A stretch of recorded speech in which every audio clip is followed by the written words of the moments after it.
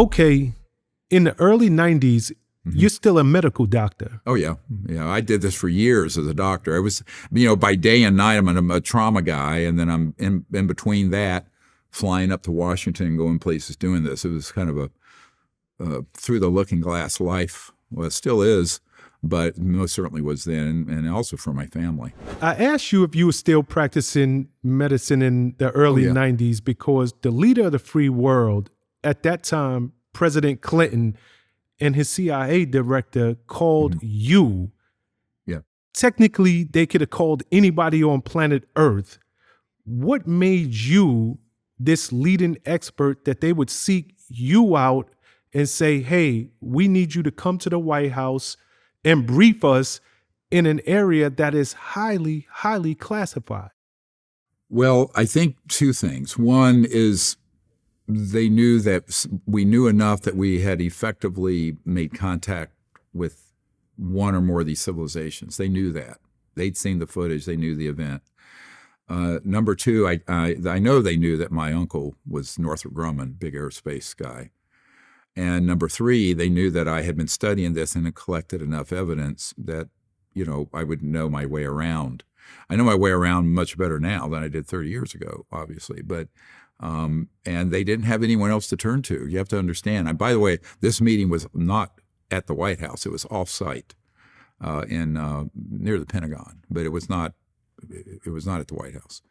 The more important meetings don't happen there. But so we ended up, I think they reached out to me because of a good friend of the CIA directors who had a think tank, a military think tank there in Arlington, Virginia, near the Pentagon, took a great interest in what we were doing, had done about a year and a half earlier. And he reached out and at the request of the CIA director and the Clinton administration. So that's how it happened. I didn't approach anyone. They approached me, and I said, okay, I'll come up. And that's really how the genesis of this occurred. And then I found out there were some folks who were very supportive of getting this information out. And there were ones who were extremely opposed to it, and it was very dangerous. Subsequently, the president got threatened. George H.W. Bush specifically threatened him, told him to butt out. I knew this for a fact. Clinton did try to stand up an operation to penetrate those projects, which was not fully successful, and it ended up being subverted. And so, I was involved with that way back 30 years ago. But I think that, ultimately we, had some meetings at the Rockefeller Ranch with me and a group of researchers, Lawrence Rockefeller's ranch out in the Tetons. And the following summer, Lawrence Rockefeller hosted the president to go through this material. But I think he increasingly realized it was too dangerous for him. I mean, one of his good friends came to my home and blurted out in front of my kids. I told him, don't talk like this. He said, they're concerned if the president pushes on this, he'll end up like Jack Kennedy, quote unquote. So I burst out laughing, thinking this is the biggest bunch of nonsense I've ever heard. He's got Secret Service, he's got this. And they said, no, the organization that wants this stuff kept under wraps, he is no match for that. So that's when I realized this was a very grave, serious situation. And I learned subsequently from meeting with people who all the way back to Eisenhower. If you look at our YouTube channel, we have 70 or 75 top secret guys' testimony up there. One of them was a young White House Signal Corps guy who had been in Eisenhower's White House the last year of his administration and found out that Eisenhower had been pushed aside and had lost control over these operations. So the super secret world of dealing with extraterrestrial vehicles, the ones that we've downed and crashed and retrieved and studied, the technology transfer where we've come up with advanced technologies that fly, that are man-made, that look like a UFO. We'll get into this. All that began in the 40s and 50s. But by the time Eisenhower, in his last term, what really happened is that the president trusted some people he shouldn't have. And they basically subverted him and pushed him out of operational control. He was in favor more of an open contact situation with these civilizations and the bringing forward of these technologies for peaceful purposes. There are others that wanted to weaponize them, keep them secret. And of course, the big industrialists, I mean, people like Paul Mellon, a billionaire, his grandson's on my team. Those guys did not want to upset the apple cart of big oil.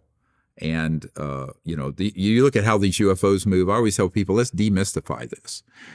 Go look at what, the Pentagon has confirmed, that those Tic Tac, what they call the Tic Tac, and these other UFOs we've chased off the coast here, California and Norfolk, and we have footage for. And the Pentagon's confirmed they're real 3D objects. You can splice those into here, and I say, look at that thing move. I mean, it's moving, straight up, straight down, has no rockets, no jets, doesn't have an atomic power plant on board, no heat signature. And it's an electromagnetic field propulsion. But every one of those, this is the big story no one knows. Those weren't extraterrestrial. Those are ours. Those are coming out of the Lockheed Skunk Works and Northrop and EG&G and Raytheon. I know where they're made. I know who's worked on them. I mean, this is my family legacy. So I tell people, look, I mean, this stuff would, if you look at it, that's an alternative energy device. That is not consuming anything you're burning. And so if you were to put something that was stationary, in other words, sitting at your house or in your car, but not flying, that was pulling that kind of energy out of what's called the 0 point field of energy, you'd have no power bill, there'd be no pollution, and within 20 years, all poverty on Earth would be over. So the secrecy around this, however, is the reverse. If you have a handful of global super powerful interests that are controlling literally $1,000 trillion worth of assets, dealing with fossil fuels, nuclear, internal combustion engine, car engines, jets, rockets, all the oil, gas, coal in the ground, all the commodities trading based on that, it's well over $1 quadrillion. $1,000 trillion.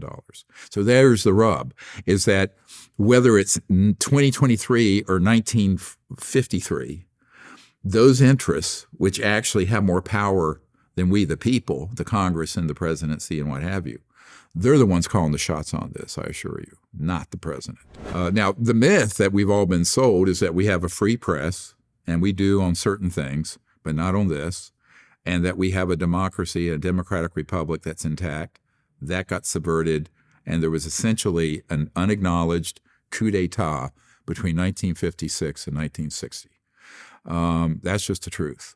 And we have not gotten back on track since, and there are dire consequences of this, because if you have a rogue organization with that kind of technology where they've studied extraterrestrial vehicles and created very advanced technologies that have also been weaponized, now you're creating a situation where an unsupervised rogue group like that, that's basically a power unto itself.